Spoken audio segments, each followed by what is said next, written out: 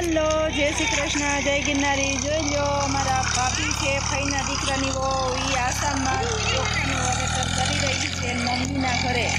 તો જોઈ લો ખેતરમાં પાણી ભરેલું છે ને એમાં ચોખા વાવે છે। તો ચોખાનું કંઈક આવી રીતનું ખેતર ભરેલું હોય પાણીનું ને એમાં આવી રીતે સોંપવાના હોય અને એ આગળ એ લોકોએ પહેલાં વાવી દીધા હોય ત્યાંથી ઉપાડીને અહીં આપણે જેમ ડુંગળી સોંપે ગુજરાતમાં એમ એ લોકો એના છોડવા એક જગ્યાએથી બીજી જગ્યાએ સોંપે ના। જોઈ લો રસ્તા ઉપર મચ્છીમારી થઈ રહી છે, જ્યાં એ ગામના લોકો ત્યાં માછલાની તળાવની અંદર માછીમારી કરી રહ્યા છે, એટલે ત્યાંના લોકો એ પણ માંસાહારી હોય છે અને માછલાની આવી રીતે તળાવ ભર્યું હોય અને એમાં ઝાડ નાખીને મચ્છી પકડતા હોય છે। તો જોઈ રહ્યો પોતપોતાના ખેતરમાં પોતપોતાના તળાવની અંદર નાની નાની માછલીઓ પહેલાં નાખી દીધેલી હોય છે, પછી મોટી થાય એને એ લોકો એના પોતપોતાની હદમાં જ હોય, પોતપોતાનું તળાવ હોય, પાણીનું ભરેલું જ હોય ત્યાં।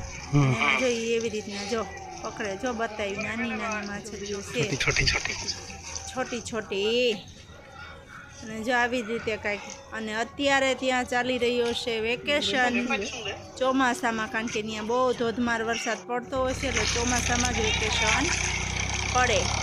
અને અમારા બેન અમારા ભાભી સાથે પાછા મળ્યા છે ચોખા સોંપવા। જોઈ લો આ એના કાકાનું ખેતર છે અને બધા મજૂરો। આપણે તો આવી રીતે પાણીની અંદર બીકઈ લાગે ઉતરતા, કેવી રીતે ઉતરવું, ચોખ્ખું પાણી ભરેલું જ હોય અને માટી મને એમ છે ત્યાં ચીકણી રહેતી હોય છે આટલી બધી, તો જ પાણી ભરેલું રહે, આપણા તો ખેતરોની અંદર હોય નહીં।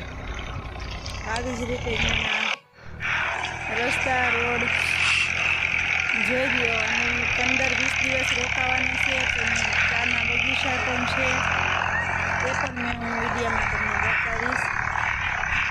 તો જય શ્રી કૃષ્ણ, જય ગિરનારી। મળ્યા બીજા બ્લોગમાં, છોટી છોટી